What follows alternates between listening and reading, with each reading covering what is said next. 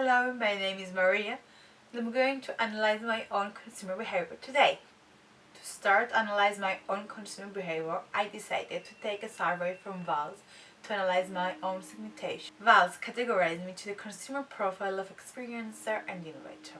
Experiencer are young, they love the latest fashion and they express their self through their passages. About my second category now, innovators, they care about their self.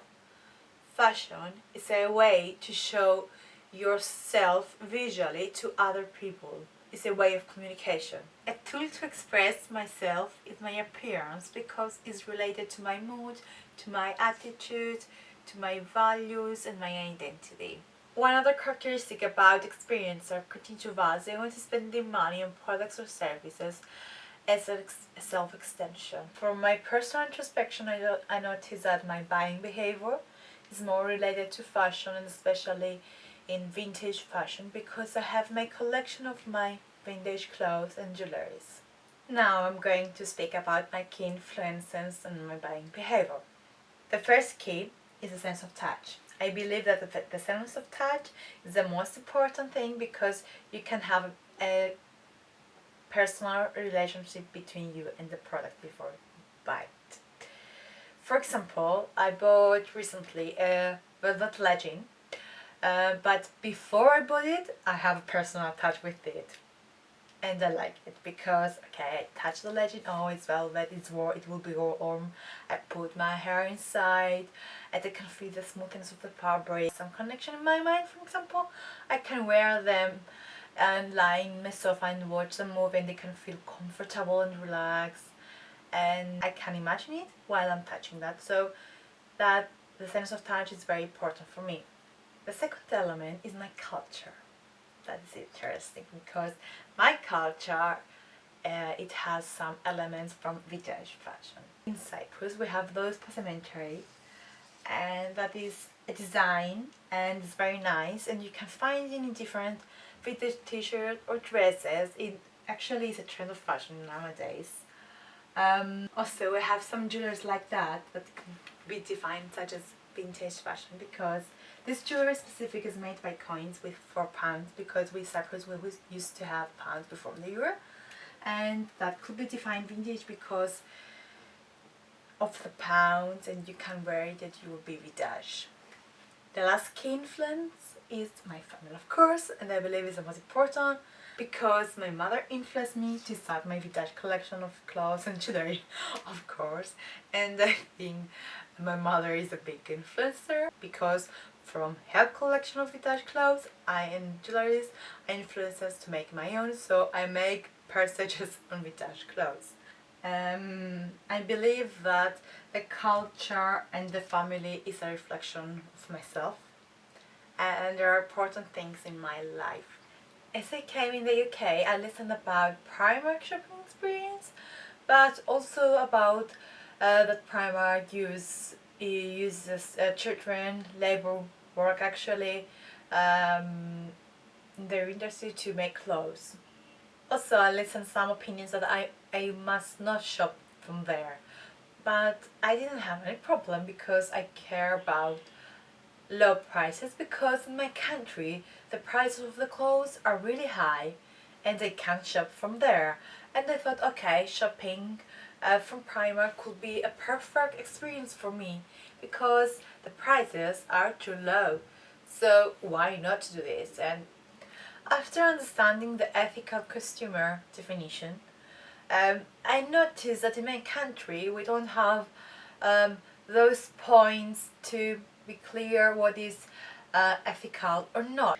I just knew that unethical or ethical consumer is that you buy or not to buy fair and about the leather and those things.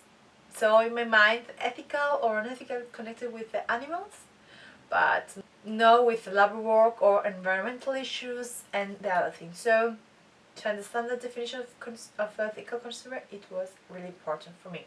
As I said before, I know that one ethical issue is that to buy leather or fur and those things, but for my young of my age, I think I can afford those packaging. So I'm not sure on this point if I'm ethical or not about fair and blur because I don't have money.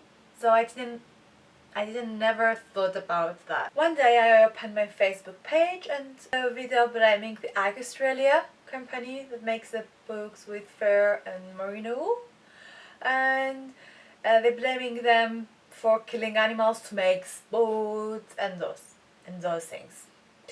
On the last March of the POM, my company to investigate was the Ag Australia, and of course I was view a lot of videos in the company's website about the ethical issues and how they made the sheepskin and the merino wool. So on Black Friday I bought a pair of bags, while I take them off the shelf. Okay, so I thought good price, why not? And then okay, I thought maybe it could be very comfortable in my packaging.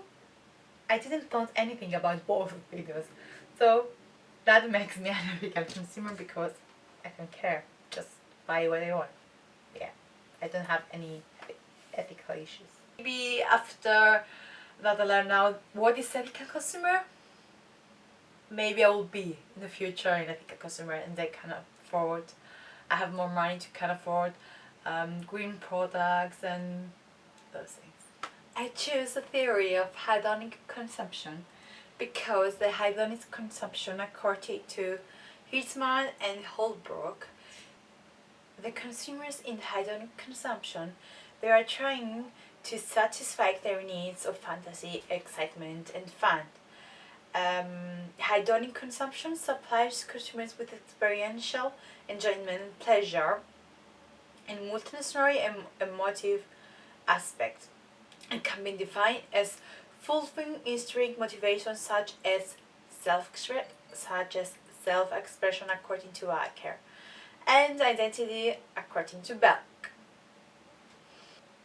Shopping provides an entertainment value and emotional which reflects on hedonic consumption, as we can see here. This one in my poster reflects the hedonic consumption. During the exploration of the theory of hedonic consumption and my introspection, I noticed that I am reacting like a hedonic consumer and I focus more on emotion and experiences. I'm going shopping every weekend because I am studying abroad, I am far away from my family and my country, and I feel lonely home, so my one-way option is the shopping. During shopping I feel happy and better because my mind is distracting from fashion elements, and I am excited with the new trends and fashion. I want to try them all. During the shopping activity and after that, I feel my emotions are changed immediately, like this picture, because shopping activities change my emotions. It influences me.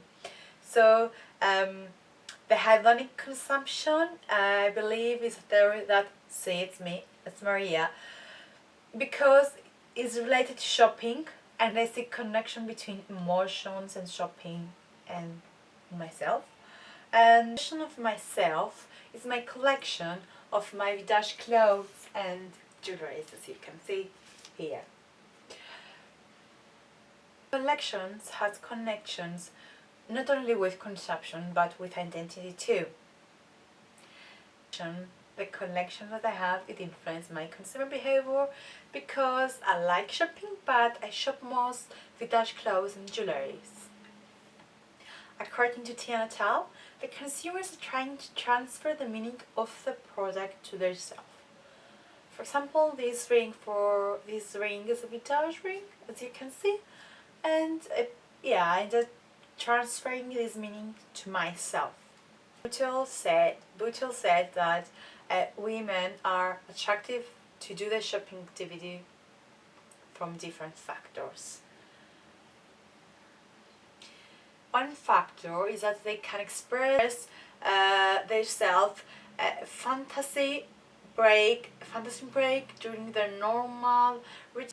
In my case now, I knew that all my purchases are connected to my collection of vintage clothes and jewelries. The fashion collection is a mirror of ourselves, is our reflection. Collection of clothes and jewelry could be used to express myself because I am wearing them to express myself, my identity, my mood, and my values. According to Midland Waves, this understanding could be useful and important because fashion is a way to show visually yourself. And do this through the extension of yourself and from your hedonic consumption, to show your emotion, your mood, and how it changed through shopping. As we can see here, I love shopping at vintage clothes and jewelry because of my collection. And I will recommend to the marketer's manager to be clothing. I will recommend to the marketing manager of vintage fashion to do more promotions, to to share their image of vintage fashion to other consumers, and they can understand easily what is vintage fashion. The accessibility to the vintage shops is a little bit difficult. So I would give an idea to the marketing managers to create some brands of vintage shops, and you can find these worldwide with good prices. Markets like Australia, I will recommend to do more promotion about their ethical image of their about the ethical image of their companies, so they can persuade consumers that are ethical and they believe to be ethical is very important. You cannot skip that to buy a pair of boots or a cheap t-shirt. So in my opinion, they must focus more in their ethical image. All of them, I believe, they must develop the sense of touch because some customers, they care about that. They can have signs above the shelves and they can write, touch, this cozy jacket is perfect for the winter. Actually, I have a perfect example for this. IKEA. And in my opinion, I believe it's a perfect example because you can touch the items, the products there that are not forbidden. Actually, I have small corners that they say to you, for example, open it, this drawer, and you can always light above. You can see the items are structured inside and those things. I believe IKEA is a good example and strong example because it gave to the consumers an experience. Here, that was my presentation about my own consumer behavior. I love shopping.